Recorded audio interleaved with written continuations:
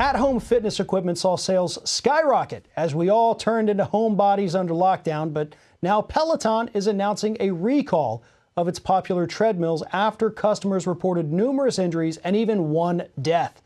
Attorney Sarah Papantonio joins me now to discuss this. So Sarah, obviously start at the beginning. What's the problem with the Peloton treadmills?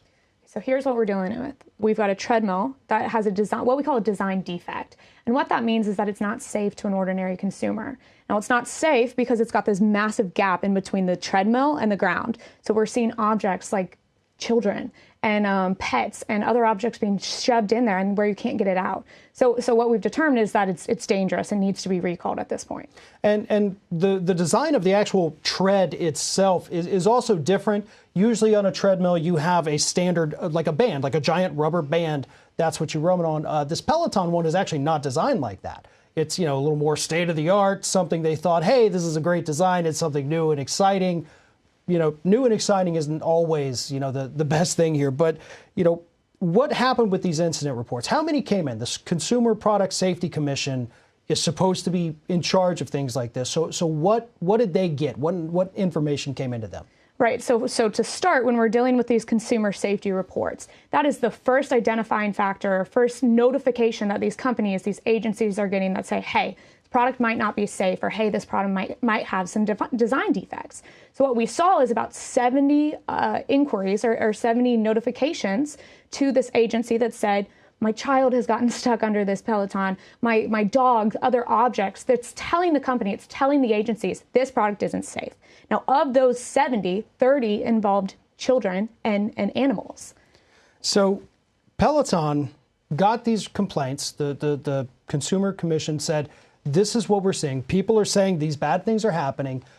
Peloton sat on this information, not just sat on it. Okay, I'll let you tell us. Tell us what happened with Peloton's response here. It's ridiculous. Well, I mean, it's to no surprise. They pushed it. They said our product is safe. These notifications are ridiculous. We shouldn't have to recall. But why did they say that? They said that because in COVID times, this whole at-home workout environment and equipment blew up. I mean, Peloton made, I think, around $1 billion in 1 year just on this at-home exercise system. So when this tread started gaining popularity, Peloton loved it. They said, push it, push it, push it.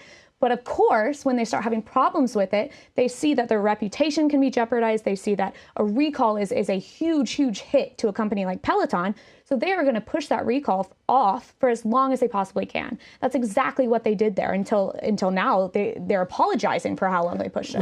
Right. The CEO came out and said, it turns out they were right, the CPCS.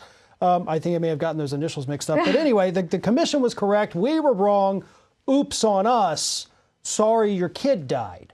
I mean, that's essentially what these apologies amount to. Like, oh, well, please still buy our stuff. Maybe not the treadmill because we're taking those back voluntarily, but go buy a new bike. And look, in the world of exercise equipment, there's certainly options. Okay, lots of folks are coming out with, new bikes to keep up with Peloton, the treadmills, the mirrors and things like that you hang up. So there is no shortage of other people to buy from if anybody needs to do that. But to me, what this story kind of tells us is that since Peloton resisted, the commission had all these reports. The commission apparently, I think at least, needs more teeth to be able to do something instead of just saying, Peloton, there's a problem, do something. The commission should be able to do something. So what's your thoughts? See, I almost disagree there. I just think that the commission has to have the courage and they have to have the strength to actually stand up to corporations like this and say, your product isn't safe. You can't hide behind these excuses any longer. Recall the product. And we just saw Peloton and this agency going back and forth where the agency was like, oh, please recall. Yeah. No, stand up against these corporations and recall a dangerous product. That's what they have to do. Absolutely. So obviously we have a child that has died. We have plenty of other injuries. We have pets getting injured as well. Are there any lawsuits at the moment on this, or is this still kind of in the developmental phase? It's definitely in the developmental phase. I'm surprised we're not seeing many lawsuits on it.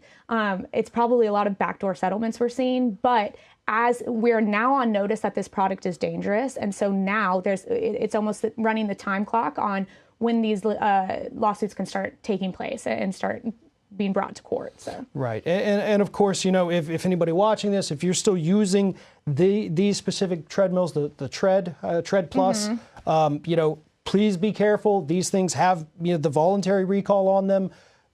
Educate yourself, find out the dangers, see what you need to do, contact the company, and all of that. Keep yourself and your family safe. Sarah Papantonio, thank you very much for joining me. Thanks.